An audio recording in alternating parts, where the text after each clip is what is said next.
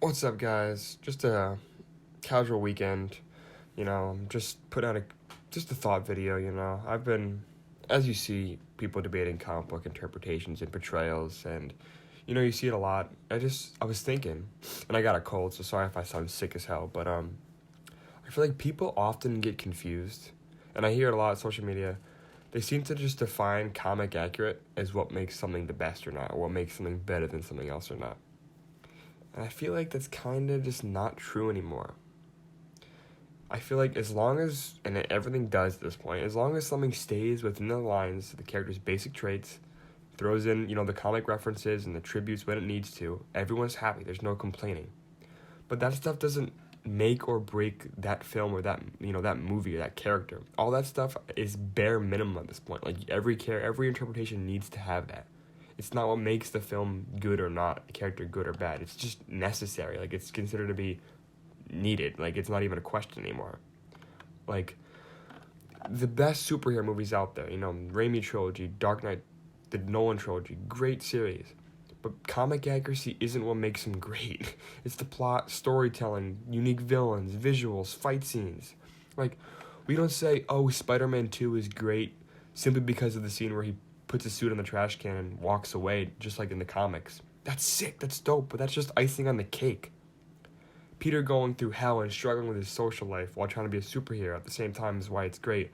And the Doc Ock's motives and his losing his wife, like all of this, it's just everything that the movie brings. It's comic accuracy is just part of it.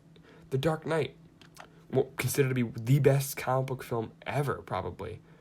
Some could even argue technically that films like Batman Returns, Batman 1989, Batman Forever are technically more comic accurate because those films resemble certain comic books that actually there are comic books that have that tone and that campy feeling. There's a vast majority of Batman comic books out there that have different tones, and obviously as we've gotten, more recent, the 90s and 80s, Batman's gotten darker and more serious again. That's how it should be because we're getting into that, day and age, but comics is such a broad term. You can't use that anymore. You don't hear anyone saying that Batman Forever and Batman Returns are better movies and The Dark Knight are better portrayals. But sure, they could be. No one is arguing that. But people can still argue that they're more comic accurate. It's The Dark Knight's plot, the acting, the high stakes, the Joker's makes the moral dilemmas. That's what makes it so damn good.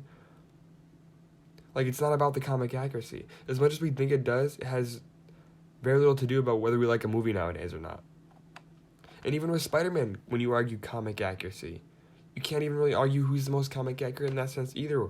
Like, you always hear the age, right? Tom's the perfect age. He was the exact age when Peter got bit. He was the exact, like, Tom. Okay, Andrew and Toby are going into college years? Peter Parker had many comics in the college years. Peter Parker was a college kid for tons of his comic books. That's comic accurate. Like, you can't argue that anymore.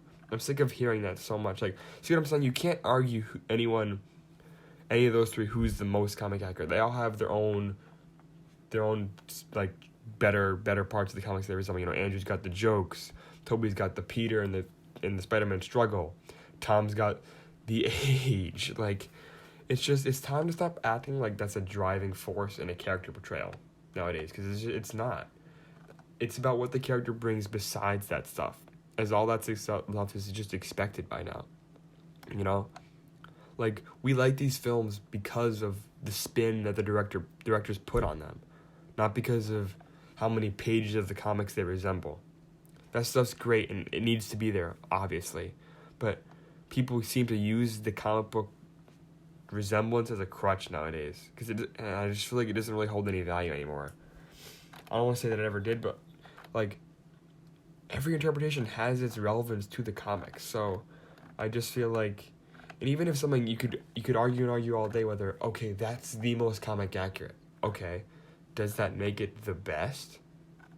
Maybe in your opinion, but what makes it good is just, you have to remember, it's a film. It's not a comic. The film's got to be good for it to be, like, people just seem to get this confused, and this is just my opinion. I just feel like next time you're arguing about comic book interpretations, please don't use that term, as it just, at this point, it's kind of a moot point, I feel like, It just holds little to no value, You could sit there and argue all day. comic accuracy, but you need to what you need to argue if you're arguing whatever. There's not even like I'm just naming, the best movies and why we love them, and the fact that we love them is not because of how comic accurate they are. If you're arguing Tom, you want to argue why you think his suits, his emotions, his fighting, like it's just stuff like that. What does John Watts put on the movie? What does Sam Raimi do about the movie? What does Mark Webb? It's just about what you think the character does.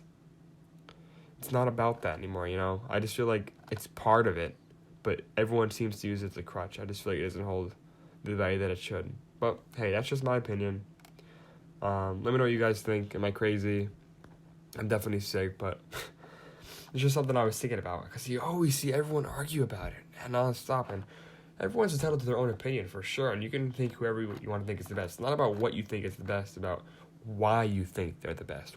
Like, the reasoning behind it, I feel like has got to change. Like, if I hear somebody else say, Toby's the best Peter, Andrew's the best Spider-Man, Tom's the best of both, I think I'm going to commit capital murder. I think I'm going to have to do that. Because it's just... And no matter what you think, just, if you're going to argue it, back it up with something more than, well, on this page of the comic accuracy is bare minimum, okay?